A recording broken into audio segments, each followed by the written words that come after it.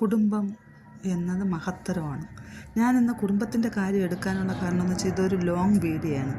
അപ്പം ഞാൻ വിചാരിച്ച് അത് തന്നെ എടുക്കാമെന്ന് പറയും. കുടുംബം എന്നത് കൊണ്ടുപോകുന്ന രീതി നന്നായാൽ നമുക്ക് സന്തോഷം കിട്ടുന്ന ജീവിതമാണ് കുടുംബം എന്നത്. അത് കുടുംബത്തിലെ ഓരോ അംഗങ്ങൾക്കും ഓരോ ഉത്തരവാദിത്തങ്ങളുണ്ട്. അച്ഛൻ, അമ്മ എല്ലാവർക്കും ഉത്തരവാദിത്തം ഒരുപോലെയാണ്. മക്കളായിരുന്നാലും അവർക്കും ഉണ്ട് ഉത്തരവാദിത്തം. അത് കൊണ്ടുപോകാൻ എല്ലാവർക്കും ബാധ്യതയുണ്ട്. നല്ല രീതിയിൽ കൊണ്ടുപോകേണ്ട ബാധ്യത മക്കൾക്കായിരുന്നാലും അച്ഛനായിരുന്നാലും അമ്മയ്ക്കായിരുന്നാലും ഉണ്ട്.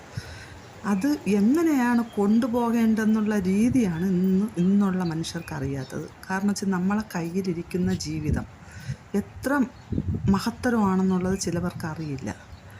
നമ്മൾ കൊണ്ടുപോകേണ്ടത് സത്യസന്ധത അത്യാവശ്യമാണ്. നമ്മളൊരു കുടുംബത്തിനകത്താൻ ഏറ്റവും അത്യാവശ്യമായ ഘടകം നമ്മുടെ കുടുംബത്തിനകത്ത് സത്യസന്ധത, അത് ഏറ്റവും അത്യാവശ്യമായ ഘടകമാണ്. കള്ളത്തരങ്ങൾ പാടില്ല. കള്ളങ്ങൾ കൊണ്ട് നമ്മൾ മെനയുന്ന ഒരു കുടുംബവും രക്ഷപ്പെടില്ല. കാരണം അത്യാവശ്യം വേണ്ടുന്ന കള്ളങ്ങൾ, നിൽക്കക്കള്ളില്ലാതെ നമ്മൾ അത്യാവശ്യം പറയുന്ന കള്ളങ്ങൾ ആരും സത്യസന്ധരൊന്നുമല്ല, എല്ലാം പറയും. പക്ഷേ എങ്കിൽ അത് അത്യാവശ്യത്തിന് വേണ്ടി മാത്രമായിരിക്കണം. അത് നിത്യേന നമ്മുടെ ജീവിതത്തിൽ കള്ളങ്ങൾ കൊണ്ട് തന്നെ അങ്ങ് പ്രാവർത്തികമാവുകയാണെന്നുണ്ടെങ്കിൽ ആ കള്ളങ്ങൾ നമുക്കൊരിക്കലും. പിന്നെ നമ്മുടെ കുഞ്ഞുങ്ങൾക്ക് നല്ലത് പറഞ്ഞു കൊടുക്കുക. കാരണം എന്ന് വെച്ചാൽ അവർ സമൂഹത്തിൽ നല്ല മക്കളായിട്ട് വളരുക. അവരും നാളൊരു നല്ല മക്കളായിട്ട് വരണം. സത്യം മാത്രം പറഞ്ഞ് മക്കളെ പഠിപ്പിക്കുക. അതാണ് ഏറ്റവും വലിയ ധർമ്മം എന്ന് പറയുന്നത്. സത്യത്തിന് വേണ്ടിയിട്ട് മാത്രം മക്കളെ വളർത്തുക. പൈസയുടെ മൂല്യം, ബന്ധങ്ങളുടെ വില, ഇതെല്ലാം അറിയിച്ച് നമ്മളെ മക്കളെ വളർത്തണം. കാരണം എന്ന് വെച്ചാൽ ഇന്നുള്ള മക്കൾക്ക് ബന്ധങ്ങളുടെ വില അറിയില്ല. എന്താണ് അവർക്ക് ബന്ധമെന്ന് വെച്ചാൽ അവർക്കറിയില്ല.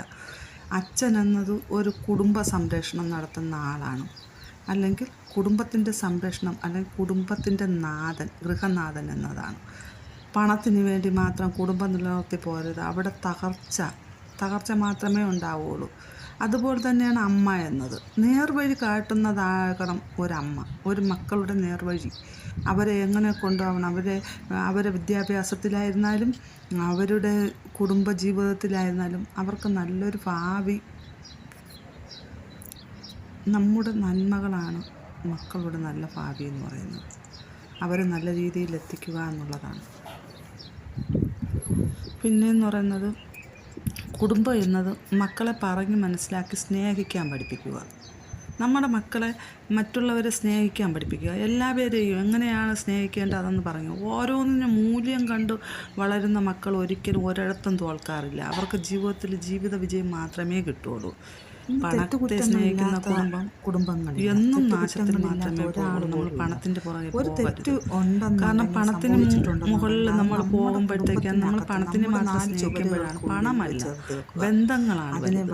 ബന്ധങ്ങൾക്ക് മൂല്യം കാട്ടി നമ്മൾ ജീവിക്കുക. സമൂഹത്തിൽ വലിച്ചെറിയുമ്പോൾ അത് പടർന്ന് പന്തലിച്ച് ബന്ധങ്ങൾക്ക് വില കൂട്ടി വൃക്ഷങ്ങളും പിന്നെ സത്യസന്ധതയോടെ ജീവിക്കുക. കള്ളത്തരങ്ങളെല്ലാം നല്ല രീതിയിൽ കൊണ്ടുപോകാൻ പണത്തെ മാത്രം സ്നേഹിക്കുക. നമ്മൾ കുടുംബ ബന്ധങ്ങളെ സ്നേഹിക്കുക. നല്ല രീതിയിൽ അങ്ങനെയൊക്കെ കൊണ്ടുപോകുമ്പോഴത്തേക്ക് ആ കുടുംബം എന്ത് നല്ല രീതിയിൽ പോകുമെന്നറിയാം. അത് കഴിഞ്ഞിട്ടെന്ന് പറഞ്ഞാൽ ഒരാളും ഒരു തെറ്റ് ചെയ്യാത്ത ഒരാളും കൊട്ടാരം ഒരു 9 വിരലില്ലാത്തവനാണ് ഒരു വിരലില്ലാത്തവന്റെ വിരൽ തെറ്റെന്ന് കാരണം തെറ്റുകൾ ചെയ്യാത്ത ആരുമില്ല. അപ്പം നമ്മൾ എന്ത് ചെയ്യണം? തെറ്റുകൾ പൊറുക്കാനും കുടുംബത്തെ ചേർത്ത് പിടിക്കാനും ആദ്യം പഠിക്കുക. അപ്പം അങ്ങനെ വരുമ്പോഴത്തേക്ക് എന്താണ്, നമ്മുടെ കുടുംബജീവിതം നല്ല രീതിയിൽ തന്നെ പോകുള്ളൂ. പിന്നെ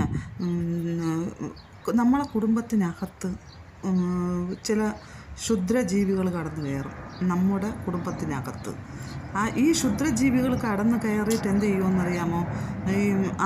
ഈ ക്ഷുദ്രജീവികളെന്ന് പറയുന്നത് ഒന്നുകിൽ നമ്മളെ ബന്ധുക്കളല്ലെങ്കിൽ നമ്മൾ അയൽവാസികളാവാം. ഇവരുടെയൊക്കെ ഒരു ലക്ഷ്യം എന്ന് പറയുന്നത് എന്തായിരിക്കും? നമ്മുടെ കുടുംബജീവിതം എങ്ങനെ തുലയ്ക്കാം, നമ്മളെ കുടുംബത്തെ എങ്ങനെ തുലയ്ക്കാം എന്ന് മെനക്കെട്ടിരിക്കുന്ന ചില ക്ഷുദ്രജീവികൾ നമ്മുടെ സമൂഹത്തിലുണ്ട്. അവരെ നമ്മളെ കുടുംബത്തിനകത്തോട്ട് കയറ്റാതിരിക്കുക.